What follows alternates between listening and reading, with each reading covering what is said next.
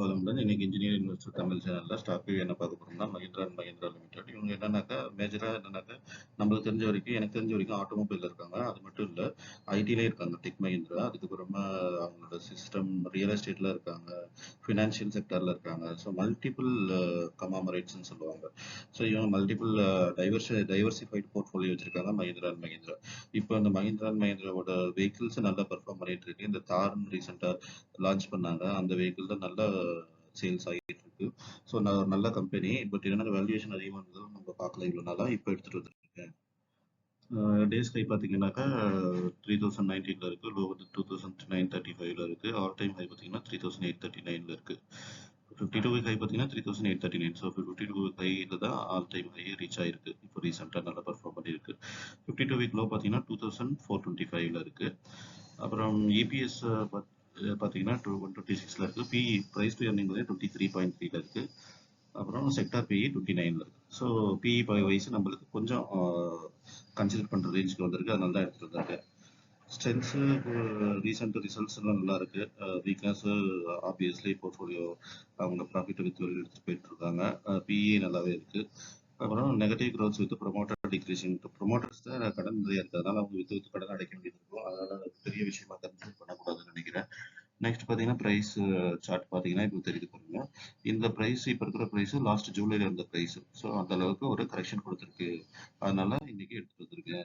Analyst பார்த்தீங்கன்னா 34 analyst கொடுத்துருக்காங்க. அதில் 62% பையும் அவுட் பர்ஃபார்ம் 35% கொடுத்துருக்காங்க. செல் யாருமே கொடுக்கல. ப்ரைஸ் பர்ஃபார்மன்ஸ் பார்த்தீங்கன்னாக்கா இயர் டு டேட் நெகட்டிவ்ல இருக்கு. அதுக்கு முன்னாடி போட்டவங்களுக்கு நல்ல பாசிட்டிவ் ரிட்டர்ன்ஸ் இருக்கு. டெக்னிக்கல்ஸ் பார்த்தீங்கன்னாக்கா 3071 பிவர் பாயிண்ட்ல இருக்கு. R1 3100, R3 வந்து 3164 இருக்கு. சப்போர்ட் பார்த்தீங்கன்னா 3037 டு 2973 இருக்கு. மூவிங் ஆவரேஜ் பார்த்தீங்கன்னா simple moving average 20 days 3229 200 days 3435 இருக்கு. பப்ளிக் ஒப்பீனியன் பார்த்தீங்கன்னா செல்லில் இருக்கு. கரெக்ஷன் ஆகிட்டு இருக்கு ஸ்டாக்கு. மேபி பை பக்கம் திரும்பி இருக்கணும். எதனால திரும்ப செல் கொடுத்துருக்காங்கன்னு எனக்கு தெரியல எக்ஸாக்டா. நீங்க வந்து மணி கண்ட்ரோல் உள்ளார ஃபோரம் உள்ளார போய் பார்த்தீங்கன்னா பப்ளிக் ஒப்பீனியன் உங்களுக்கு கிளியரா ஐடியா கிடைக்கும். மறுபடியும் அது வந்து ஜஸ்ட் டிசிஷன் மேக்கிங்க்கு யூஸ் ஆகாது. ஒரு இன்ஃபர்மேஷனுக்கு மட்டும் யூஸ் பண்ணிக்கோங்க. டிசிஷன் உங்க ஓன் டிசிஷனாக இருக்கட்டும். ஃபினான்ஷியல் ரெவன்யூ பார்த்தீங்கன்னாக்கா 21லேருந்து 25 வரைக்கும் நல்ல growth காமிச்சிருக்காங்க. ஷேர் ஹோல்டிங் பேட்டர்ன் பார்த்தீங்கன்னாக்கா 18% தான் ப்ரொமோட்டர்கிட்ட இருக்கு. அதனால தான் சொல்லியிருக்காங்க. இவங்களுக்கு கடன் இருக்கிறதால இவங்க வித்து கொஞ்சம் இது பண்ணுவாங்க. எஃப்ஐ பார்த்தீங்கன்னா 36% வச்சிருக்காங்க. அது ஒரு நல்ல இண்டிகேஷன். டிஐ பார்த்தீங்கன்னா 30%. ஸோ கம்பெனி ஸ்ட்ராங்கான கம்பெனி தான். பட் என்னக்கா ப்ரொமோட்டர் கம்மியான ஷேர் ஹோல்டிங் வச்சிருக்காங்க.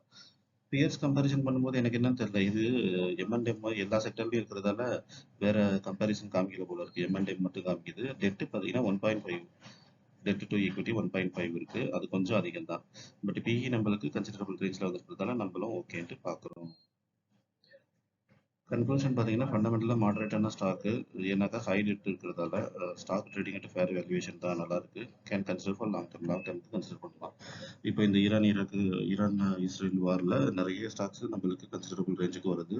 நம்மளோட பழைய வீடியோஸ் எல்லாம் பாருங்க. உங்களுக்கு எது எது கன்சிடர் பண்ணணும்னு தோணுதோ தவறாம கன்சிடர் பண்ணுங்க.